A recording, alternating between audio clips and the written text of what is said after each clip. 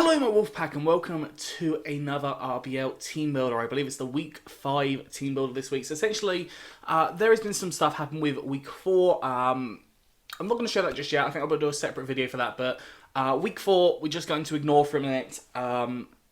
So yeah, just ignore week 4 for a minute. I might do a separate video when we've sorted everything out. So yeah, this week we are battling Alice the Fairthorn. She is a fantastic battler.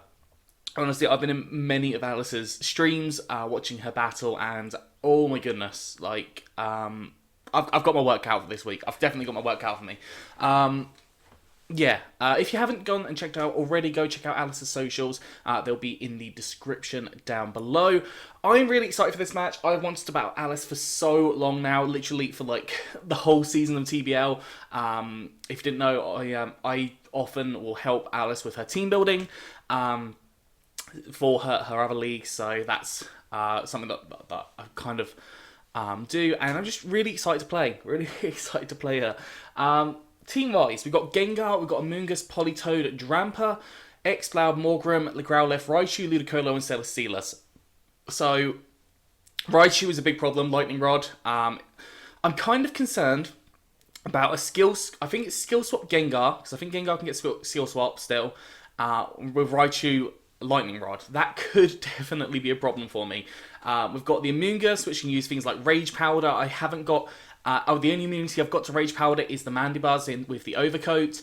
Drampa could definitely come because obviously I've got Trick Room team and I've run Trick Room every week so far. Exploud can just be a pain in the backside. Honestly, this thing is a little bit more bulky. And yeah, as I've got quite a slow team, it can be quite problematic. And I don't have any fighting type mons either. Morgrem, I don't think comes. I think I've got too much coverage for Morgrem, honestly. But I don't think Morgrem comes, and if it does, it'd probably be more like a sort of like Light Screen Reflect setter. Growlithe, I have got a lot of physical mons. I am actually running free special, free physical this week, but I do run a lot of physical mons, and a lot of my team is very physical, so Growlithe could definitely come for the Intimidate to just get my attack lowered, which would obviously be a huge benefit to her team. Raichu, as I said, is just scary. Ludicolo, obviously, the Politoed, Swift Swim, acting, that could definitely be a problem. Celesteela, I haven't got the most coverage in the world. I mean, I've got Arcanine, I've got Dracozolt, which can hit it really hard. Porygon 2 potentially can hit it really hard as well. Dragalge, I have also got an electric type attack, but obviously with that Raichu being around, I have to be very careful with what attacks I am clicking. So yeah, let's explain the team this week. So I've got Arcanine with Weakness Policy, just because there's several mons on this team that can hit me with super effective damage. Like, we've got the Politoed, we've got the Ludicolo, Drampa I think probably gets some coverage, Exploud definitely gets coverage. You've got Celesteela also gets coverage as well. So lots of mons that get really good coverage. Raichu potentially could be a Surf Raichu. I'm not sure if we can get that in this gen, but... yeah, there's lots and lots of mons on this team that can hit me for super effective damage. Now, I am bulky because I've got max HP, so the Weakness Policy, if that activates, that's going to be really helpful for Arcanine, and I can kind of choose the scenarios that I want that to be in. Now, obviously, in some cases, Arcanine isn't going to outspeed. In some cases, it could outspeed, especially with like Tailwind behind it, so that's definitely something I've considered. Flare Blitz for the Amoonguss, it hits it really, really hard. It also... hits the Celesteela really hard. Even like if I max flare, if the Ludicolo isn't invested, the max flare just takes out the Ludicolo, which is really, really fantastic. We've got, and that's before a Weakness Policy activation. Wild Charge to hit the things like the Politoed, because that can be a problem. Obviously, I've got things like Raichu, which are going to be a concern, so I do have to be very careful when clicking that. Crunch, which is just kind of coverage for the rest, like Gengar, it'll hit for super effective damage. It hits the Growlithe relatively hard. It'll hit the Raichu quite hard if I predict a switch in. It's just kind of a safe bet for me. You've got things like the Exploud, would take a Flare Blitz. Drampa probably will end up going with Crunch on that one as well. Growlithe, I probably will end up going for Crunch on that as well. And then Protect, just because obviously Protect is going to be very helpful. I could definitely be seeing this as a Dynamax user. It's definitely an option on my team, especially if I don't bring Hippowdon. It will Dynamax and I'll set up the Sun. And obviously Max Flare with the Sun is going to do more damage. So that's kind of my thought process there.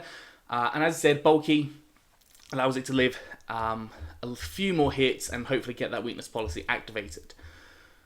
Second up, we've got Draco's Ult. Now, I know Alice knows how to use Draco's Ult, so this is, you know, something that's potentially going to be a little bit difficult to be kind of cheeky with, but I've got the Life Orb on here. I thought Life Orb is best on the Draco's Ult. I did consider Hippowdon, did consider even Arcanine having the Life Orb, but ultimately I did stick with the Draco's Ult. I thought that was probably the best bet for me.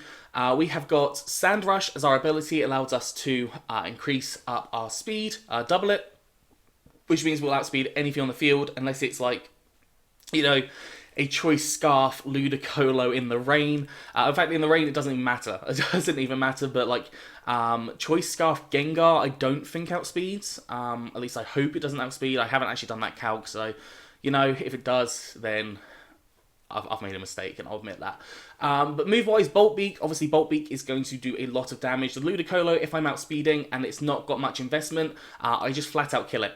I just flat-out kill the Ludicolo with Bolt Beak, so that would be really helpful. I do predict that Ludicolo potentially is going to be a Dynamaxing to try and set up the max Geyser to set up the rain again, because obviously then it'll outspeed my Draco's Ult. So I am considering things like Mandibuzz with Tailwind shenanigans potentially as well. But I have also got Dragon Claw on here just to hit things like the Dramper or just some other mons for neutral damage. And then Fire Blast just for a bit more coverage like Amoonguss and Celesteela if I can't use that electric type attack as a Raichu. EV investments, I have gone for 216 speed. As I said, that allows me to outspeed the Ludicolo naturally. So let's say that I've got Sun on the field because I've had Arcanine, for example.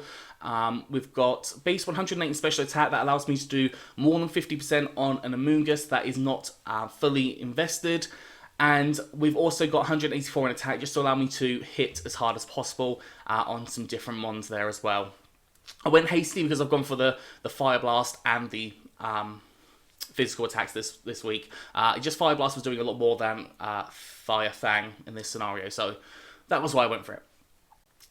Moving on to our next one, we have got Hippowdon. Now, Hippowdon is kind of running a couple of different ways. I did almost consider running it differently. I've got leftovers on here, and I've got Sandstream. Obviously, Earthquake is just going to hit things like the Gengar for super effective damage. So obviously, it doesn't get Levitate anymore. You've got the Growlithe, the Raichu for super effective damage.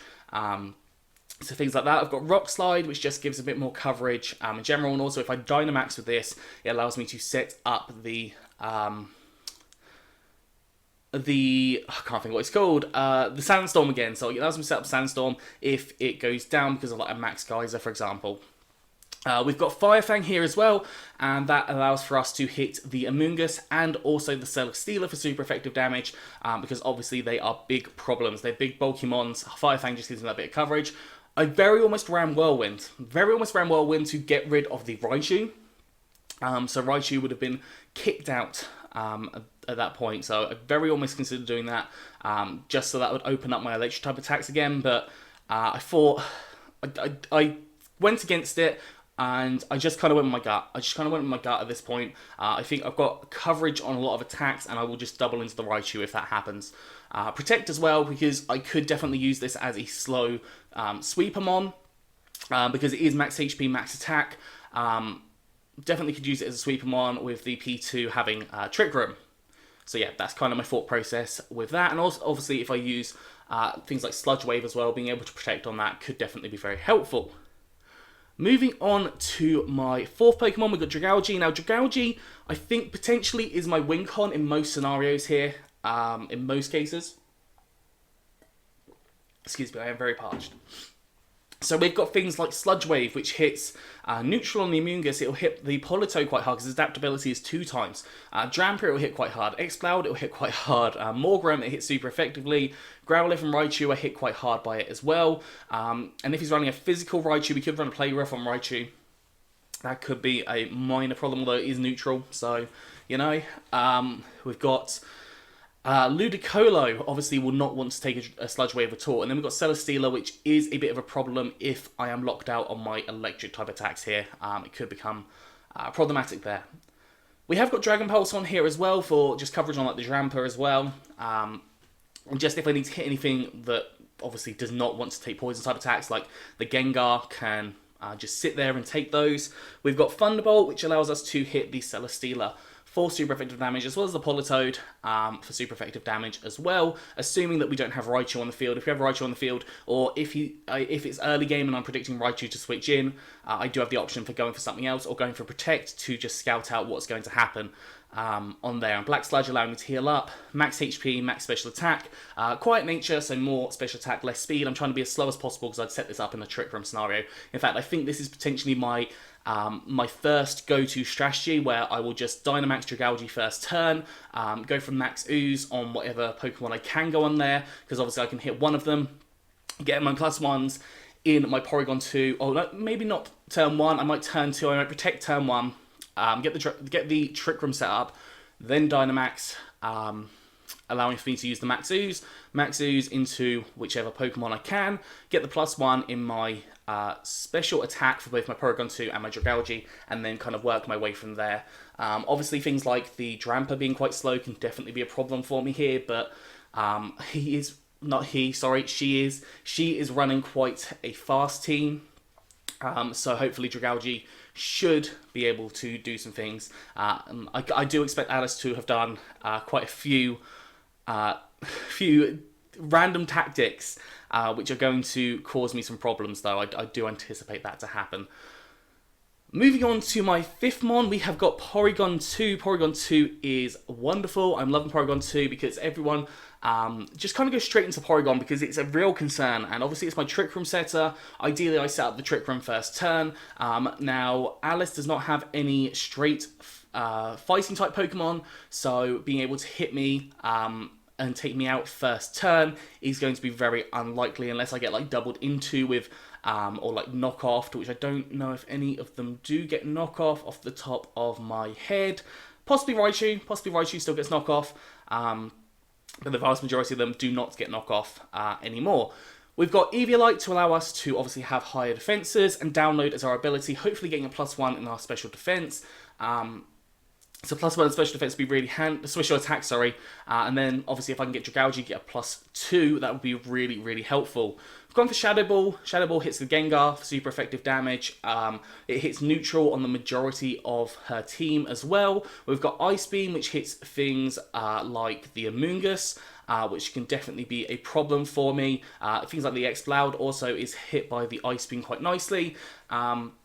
As well as like the Raichu obviously is hit by the Shadow Ball as well, but Ice Beam can be quite a safe thing to click at that point.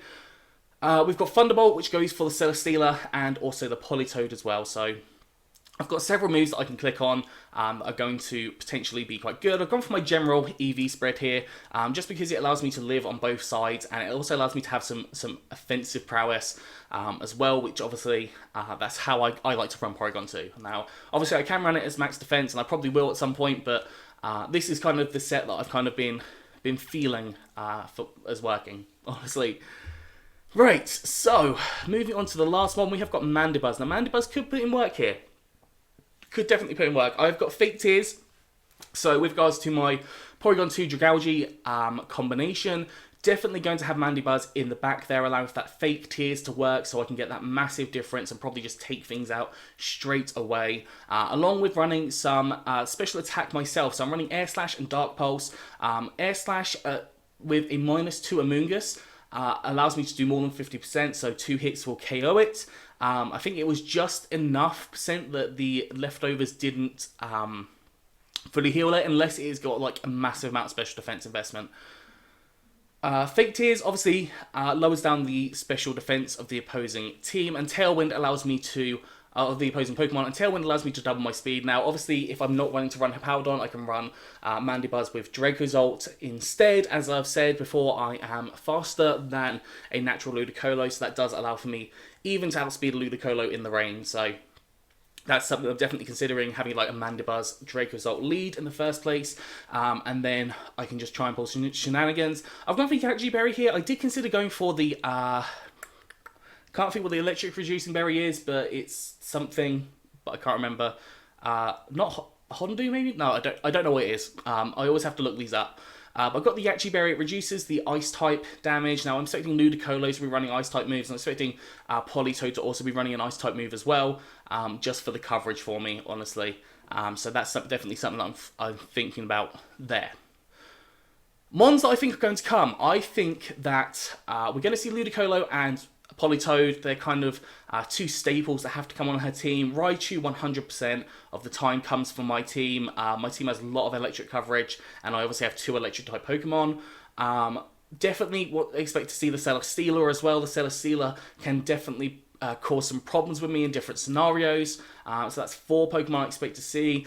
Probably the Dramper, because that can cause some problems, especially in my Trick Room scenario.